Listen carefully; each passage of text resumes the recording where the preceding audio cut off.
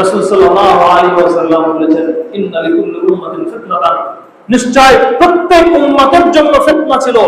ইন্না লিকুল্লি উম্মাতিন ফিতনাতান, যত উম্মত পাঠিয়েছেন প্রত্যেক উম্মতের জন্য ফিতনা ছিল। রাসূল সাল্লাল্লাহু আলাইহি ওয়াসাল্লাম বলেছেন, ওয়া ফিতনাতু উম্মতি আল মাল, আর আমার উম্মতের ফিতনা হলো সম্পদ।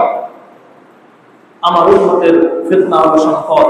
আজকে সম্পদের জন্য নিজের ভাই, একই মায়ের পেট থেকে জন্মগ্রহণ করা নিজের ভাই তার ভাইকে হত্যা করছে। দেখেন না আপনারা, নিজের ভাই, একই মায়ের পেট থেকে জন্ম, একই বাবার মাধ্যমে জন্ম, সম্পদের জন্য নিজের ভাই নিজের ভাইকে হত্যা করছে সম্পদের জন্য। রাসূল সাল্লাল্লাহু আলাইহি ওয়াসাল্লাম বললেন, ইন্না লিকুল্লি উম্মাতিন ফিতনাতান, নিশ্চয় প্রত্যেক উম্মতের জন্য ফিতনা ছিল।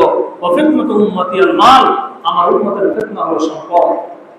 আজকে এই সম্পদের জন্য নিজের ছেলেকে হত্যা করছে, নিজের ছেলেকে পর্যন্ত হত্যা করছে সম্পদের জন্য। সম্পদের জন্য ভাইরা আমার, এজন্য এই দুনিয়া থেকে বিমুখ যত থাকা যাবে, আখিরাতের দিকের সম্পর্ক তত বেশি গভীর হবে। আপনি দুনিয়া বিমুখতা যত থাকবেন, আপনি পরকাল বলে তত বেশি স্মরণ করবেন। কথা মনে বুঝেন নাই? পরকাল চিন্তা আপনার মাথায় যত বেশি হবে, এই দুনিয়ার চিন্তা তত বেশি দূর হবে।